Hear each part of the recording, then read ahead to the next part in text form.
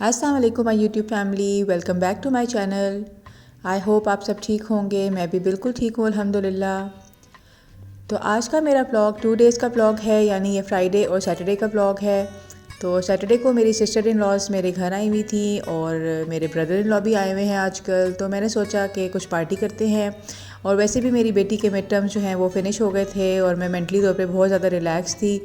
तो बस यहाँ पे हम थोड़ी सी पार्टी करने लगे थे। तो मैं डिफरेंट रेसिपीज़ और डिफरेंट डिशेस को ट्राई कर रही थी। तो चले जी, आपके साथ भी शेयर करते हैं।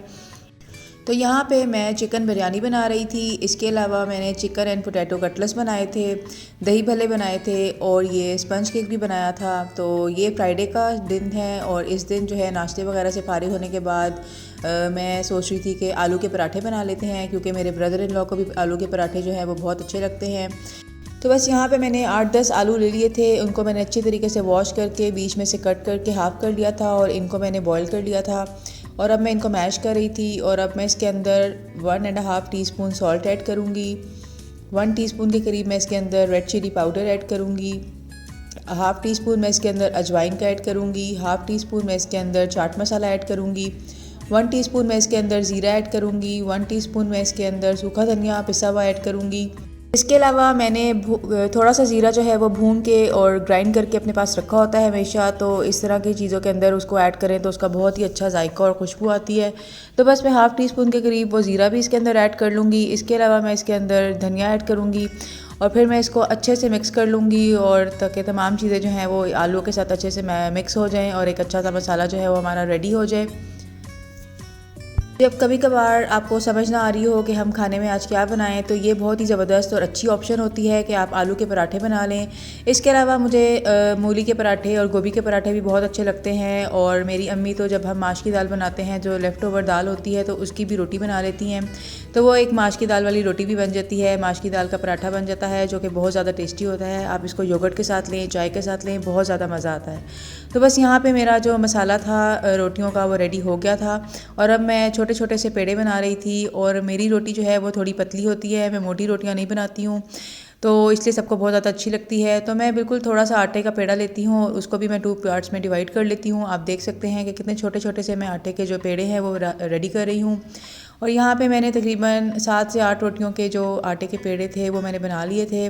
और अब बस मैं इनको बेल लूँगी। आपने बहुत ज़्यादा इनको खुशका नहीं लगाना होता, लेकिन मेरा जो आटा था वो बहुत ज़्यादा फ्रेश था, वो कहीं अभी अभी गूंदा था, तो इसलिए मुझे इसको थोड़ा सा जो खुशका है वो लगाना पड़ा था। और इस तरीके से मैं इसको रोटी को बेल लूँगी।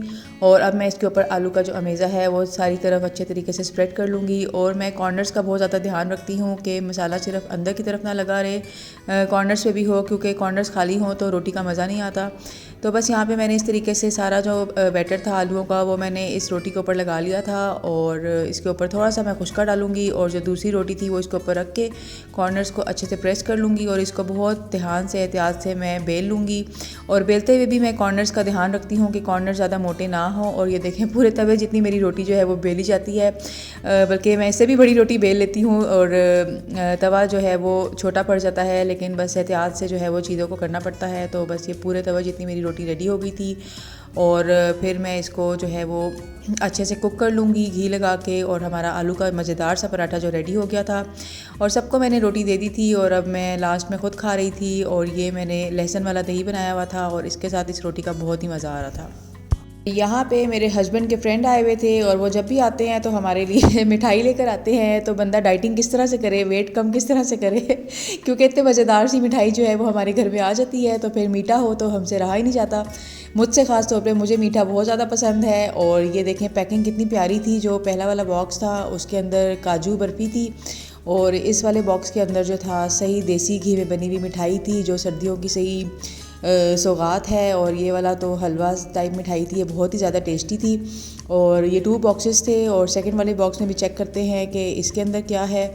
तो बस मैं इसको भी ओपन कर रही थी और इसके अंदर भी तकरीबन वही चीज़ें थी जो पहले वाले बॉक्स के अंदर थी।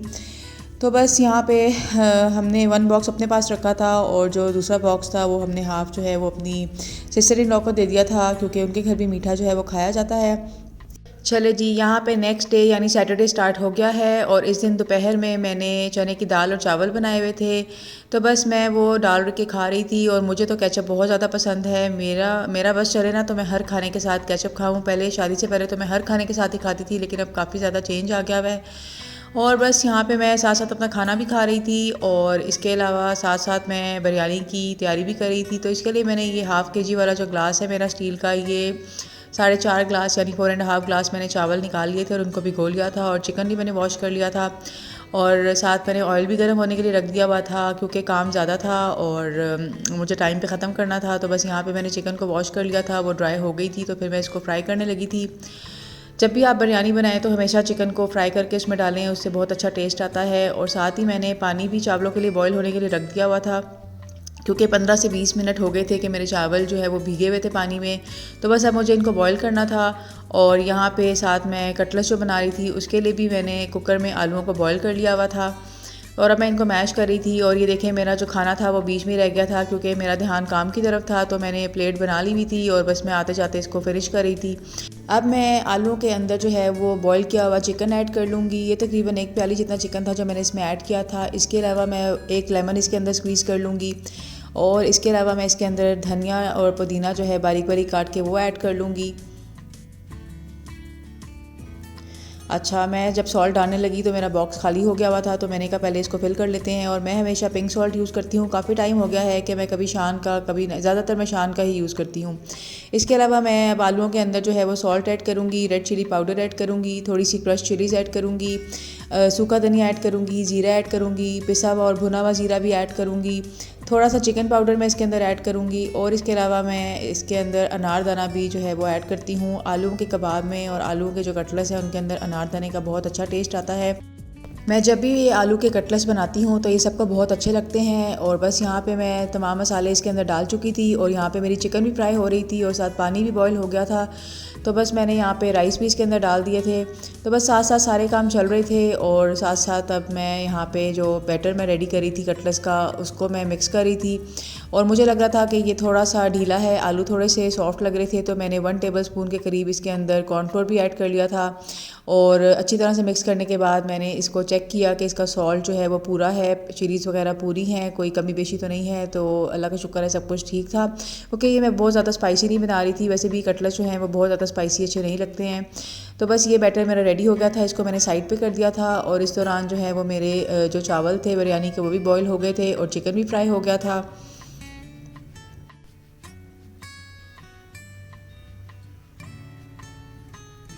अब मैं जो है बिरयानी की तैयारी करने लगी थी। तो इसके लिए मैंने एक बड़ा सा पतीला ले लिया था, उसके अंदर मैंने तकरीबन 1.5 कप के करीब ऑयल डाल लिया था। और ये 7 से 8 अदद प्याज हैं जिनको मैंने इस तरीके से कट करके इसके अंदर डाल लिया था। और अब मैं इसको फ्राई कर लूँगी। तो जैसे ही प्याज फ्राई हो रहे थे तो इसमें थोड़ा सा टाइम लगता है, तो मैंने सोचा कि अब अपना लंच जो है उसको फिनिश कर लेती हूँ। तो बस मैं साथ साथ जो है वो अपना खाना भी खा रही थी और साथ साथ प्याज फ्राई हो रहे थे। अच्छा, प्याज़ों का कलर आपने बहुत ज़्यादा डार्क नहीं करना, बहुत ज़्यादा चेंज नहीं करना कि ये बहुत डार्क कर लें आप। आपने बिल्कुल इसको हल्का सा फ्राई करना है ताकि ये ट्रांसलूसेंट हो जाएँ। और जैसे ही प्याज आपके फ्राई हो जाएंगे तो अब मैं इसके अंदर तकरीबन 3 टेबलस्पून के करीब भर के लहसुन और अदरक की पेस्ट ऐड कर लूँगी। इसको भी मैं अच्छे तरीके से प्याज़ों के साथ फ्राई कर लूँगी। और ये पेस्ट मैं शान की यूज़ करती हूँ, ये काफ़ी अच्छी रहती है। और इसके बाद जो है मैं इसके अंदर खड़े मसाले ऐड करूँगी।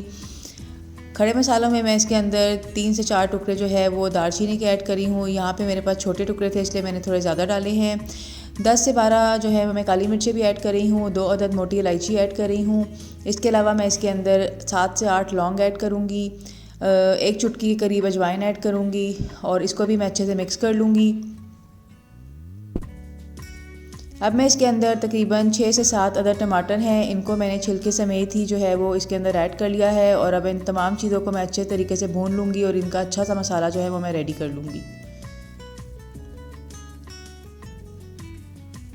इस दौरान मैंने तकरीबन 2 प्याली के करीब जो है वो दही ले लिया था और इसके अंदर मैं शान का बिरयानी मसाला ऐड कर रही थी। और देखें, मुझे इतनी जल्दी थी कि मैं इसको मज़ीद पैकेट को काट नहीं रही थी और जितना उसके अंदर मैंने लगाया हुआ था उसी में से मैं मसाले को बाहर निकाल रही थी। किसी वक्त जल्दी होती है तो आपको बस समझ नहीं आ रही होती, आपको होता है कि फटाफट से हम अपने कामों को ख़त्म कर लें। तो ये जो है मैंने तकरीबन हाफ़ पैकेट इसके अंदर ऐड किया था क्योंकि फिर मैं बाद में इसको चेक कर लूँगी कि इसमें स्पाइस की ज़रूरत है कि नहीं है। और थोड़ा सा मैंने पानी ऐड किया था क्योंकि योगर्ट जो था वो काफ़ी ज़्यादा थिक था। तो अब मैं इसके अंदर जो हमने प्याज और टमाटर का मसाला रेडी किया है, इसके अंदर फ्राई किया हुआ चिकन भी ऐड कर लूँगी और 1 से 2 मिनट के लिए इसको फ्राई करूँगी। अच्छा, आपने इसके अंदर बहुत ज़्यादा चम्मच नहीं मारना कि आपका चिकन जो है वो टूटना शुरू हो जाए, क्योंकि आपने चिकन को फ्राई भी किया हुआ है और अब आप इस मसाले में इसको भूनेंगे भी, तो आपने बहुत ज़्यादा इसको चम्मच नहीं मारना। बस 1 से 2 मिनट के लिए आप इसको मिक्स करें इस मसाले के साथ। और अब मैं इसके अंदर जो मैंने बिरयानी और दही का मसाला रेडी किया हुआ था वो ऐड कर लूँगी और फिर मैं इसको अच्छे तरीके से भून लूँगी और इतना भूनूंगी कि जो तेल है वो सेपरेट हो जाएगा, ऑयल सेपरेट हो जाएगा और आपका मज़ेदार सा बिरयानी का जो मसाला है वो रेडी हो जाएगा। और थोड़ा सा पानी डाल के मैंने इस तमाम योगर्ट को जो है वो खाली कर लिया था।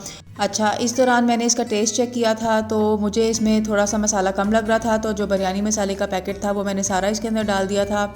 यानी इस पूरे जो 4.5 ग्लास थे इसके अंदर मैंने पूरा जो है वो शान का बिरयानी मसाले का पैकेट इसके अंदर डाला था। और इसके अलावा मैंने इसके अंदर 1 टेबलस्पून सॉल्ट भी ऐड किया था। अच्छा, यहाँ पे मैं दही भल्लों के लिए भले रेडी कर रही थी। इसके लिए मैंने माश की दाल को तकरीबन 2 से 3 घंटों के लिए भिगो के पानी में रख लिया हुआ था और अब मैंने इसका पानी जो है वो ड्रेन कर दिया था और इसके अंदर मैं सॉल्ट और थोड़ी सी अजवाइन और ज़ीरा ऐड कर रही थी और अब मैं इसको ब्लेंडर में अच्छे तरीके से ब्लेंड कर लूँगी। और साथ साथ मैं अपने मसाले को भी भून रही थी। इसको मैंने हल्की आंच पे रखा हुआ था और साथ साथ मैं इसमें चम्मच मार रही थी और देखें ऑयल थोड़ा थोड़ा सेपरेट हो रहा है, लेकिन मैं इसको और 5 से 10 मिनट के लिए भूनूंगी। उसके बाद हमारा बिरयानी का जो मसाला है वो मज़ेदार सा रेडी हो जाएगा।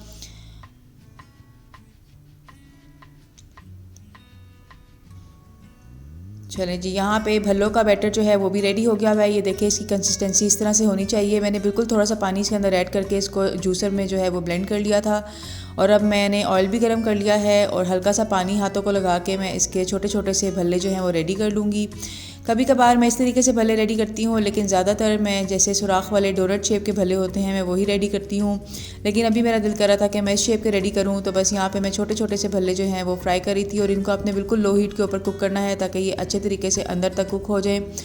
और बस यहाँ पे अब मैं भल्ले रेडी करूँगी और साथ साथ जो है वो मसाला जो है उसको मैंने फ्लेम को ऑफ़ कर दिया हुआ था क्योंकि मेरा बिरयानी का जो मसाला था वो रेडी हो गया हुआ था।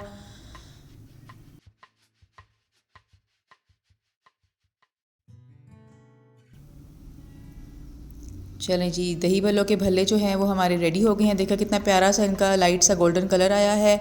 और इसी दौरान मैंने कढ़ाई रखी हुई थी तो मैंने कहा बिरयानी के लिए फ़्राइज़ भी बना लेती हूँ, क्योंकि ये जो काम है इसमें छोटे छोटे काम इतने ज़्यादा होते हैं कटिंग्स के, फ्राइंग के, तो फिर आपको प्रॉपर टाइम के साथ हर चीज़ को मैनेज करना होता है। तो बस यहाँ पे मैं फ़्राइज़ बना रही थी।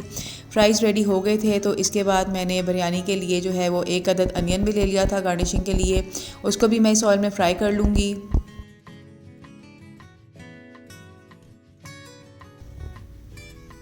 चले जी, अब हम बिरयानी को जो है वो तहे लगाते हैं बिरयानी की। और इसके लिए मैंने जो राइस बॉईल किए हुए थे वो काफ़ी देर से पड़े हुए थे, तो वो बिल्कुल जो स्ट्रेनर की शेप है उसके हो गए हुए थे।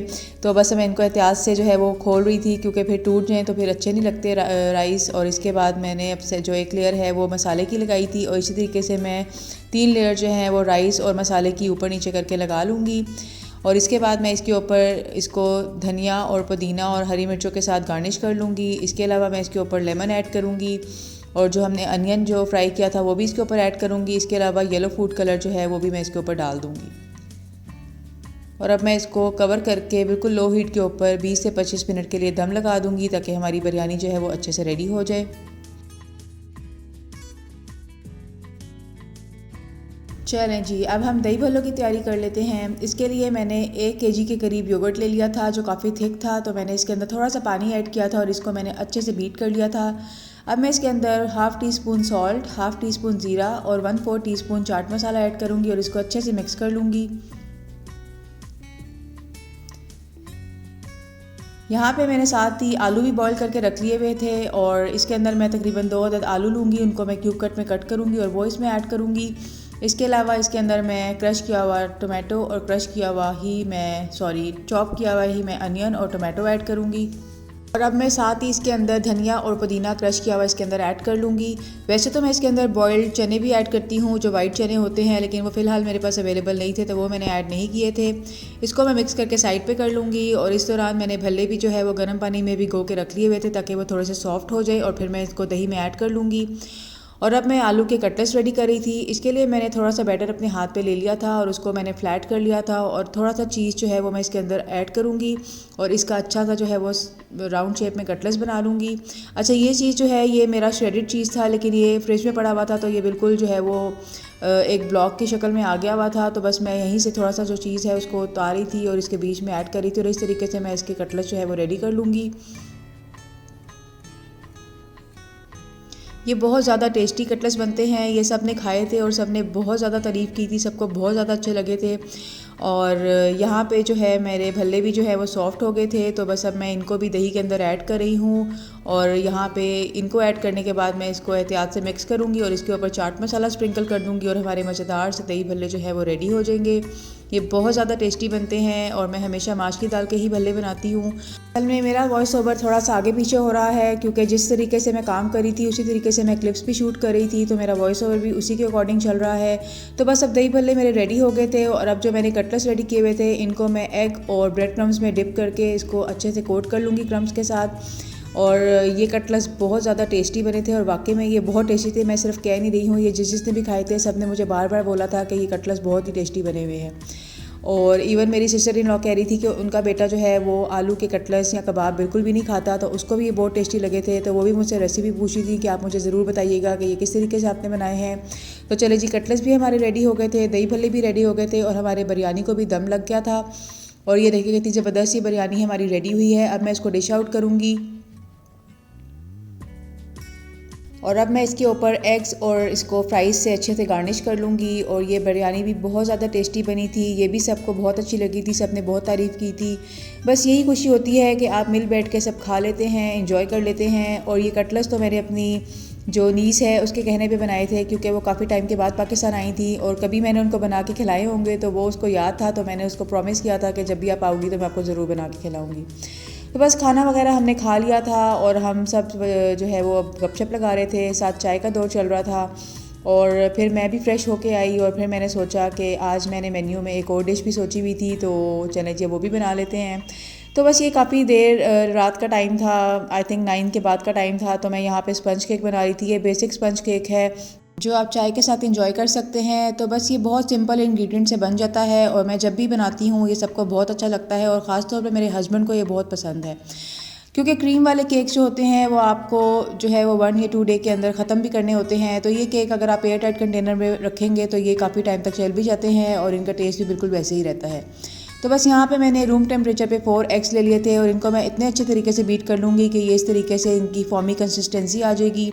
और यहाँ पे आपको थोड़ा सा टाइम लगेगा, 8 to 10 मिनट्स आपको लगेंगे, और आपके एग्स जो है वो अच्छे से बीट हो जाएंगे। और अब मैं तकरीबन हाफ़ कप के करीब इसके अंदर मैंने ऑयल ऐड किया है। आप कोई भी कुकिंग ऑयल ऐड कर सकते हैं जिसकी कोई स्मेल ना हो। इसको भी मैं ज़्यादा बीट नहीं करूँगी, बस तकरीबन 60 सेकेंड्स तक बीट करूँगी। और अब मैं इसके अंदर 1 कप ग्राइंडेड शुगर ऐड कर लूँगी, और इसको भी मैं 1 मिनट तक बीट करूँगी ताकि ये तीनों चीज़ें अच्छे से मिक्स हो जाए। आपने ओवर बीटिंग बिल्कुल भी नहीं करनी है, क्योंकि जो एग का फॉर्म हमने रेडी किया है अगर यही बैठ जाएगा तो आपका केक बिल्कुल भी स्पंची और फॉर्मी नहीं बनेगा, अच्छा सॉफ्ट सा केक रेडी नहीं होगा। तो बस आपने इस बात का बहुत ज़्यादा ख्याल रखना है, और जो इंग्रेडिएंट्स हैं उनकी क्वांटिटी को आपने बिल्कुल वैसे ही लेना है जैसे मैं आपको बता रही हूँ। अब मैं इसके अंदर 1.5 टीस्पून बेकिंग पाउडर ऐड करूँगी। इसके अलावा 1/4 टीस्पून मैं येलो फूड कलर ऐड करूँगी, इससे स्पंज केक का बहुत अच्छा सा कलर आ जाता है। और इसके अलावा 1/2 टीस्पून मैं इसके अंदर वनीला एसेंस ऐड कर लूँगी। इनको भी मैं अच्छे से बीट कर लूँगी। और अब इस पॉइंट पे हमारे बीटर का जो काम है वो ख़त्म हो गया है। अब हम बीटर को रिमूव कर देंगे, यहाँ से हटा लेंगे, और अब हम एक स्पैचुला को यहाँ पे एंटर कर देंगे।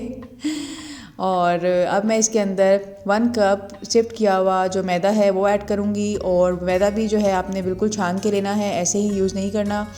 और थोड़ा थोड़ा करके हम मैदा इसके अंदर ऐड करेंगे, और स्पैचुला की हेल्प से 1 डायरेक्शन में इसको फोल्ड करते रहेंगे कि हमारा जो मैदा है वो इस बैटर में अच्छे से मिक्स हो जाए, और कोई भी लम्स जो है वो इसमें बाकी ना रहें। जो लोग बिगिनर्स हैं वो तो बिल्कुल थोड़ा थोड़ा करके इसके अंदर मैदे को ऐड करें। मैं तो बना बना के इस केक की एक्सपर्ट हो गई हुई हूँ, इसलिए मैंने केक मैदा जो है वो इकट्ठे से इसमें ऐड कर लिया था। और अब ये देखें मैं इसको बहुत अच्छे से एक ही डायरेक्शन में जो फोल्ड कर रही हूँ, और हमारा बहुत अच्छा सा जो केक का बैटर है वो रेडी हो गया है। अगर आपको केक की क्वांटिटी ज़्यादा चाहिए तो आप इस तमाम रेसिपी को डबल भी कर सकते हैं, वरना सिंगल केक जो है ये बहुत ज़बरदस्त बनता है और इनफ होता है। अच्छा, यहाँ पे मैंने ये अवन प्रूफ डिश ले ली थी। वैसे तो मैं दूसरे बेकिंग मोल्ड्स यूज़ करती हूँ, लेकिन ये मोल्ड जो है ट्रे जो है मैं फ़र्स्ट टाइम यूज़ करी थी, क्योंकि मुझे डर ही लगता था कि कहीं ये ना हो ओवन में रखने से ये फट जाए। वैसे इसके ऊपर लिखा हुआ था फ्रांस, जो चीज़ें क्रॉकरी मेड इन फ्रांस हैं वो आप ओवन प्रूफ होती हैं, ओवन में रख सकते हैं।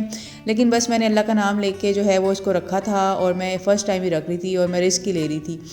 तो बस यहाँ पे कुछ एयर बबल्स थे जिनको मैं स्पैचुला की हेल्प से ख़त्म कर रही थी, क्योंकि ये ग्लास था तो इसको मैं टैप टैप नहीं कर सकती थी शेल्फ पे ज़ोर से। तो बस अब मैं इसको 180 डिग्री के ऊपर 35 to 40 मिनट्स के लिए बेक कर लूँगी।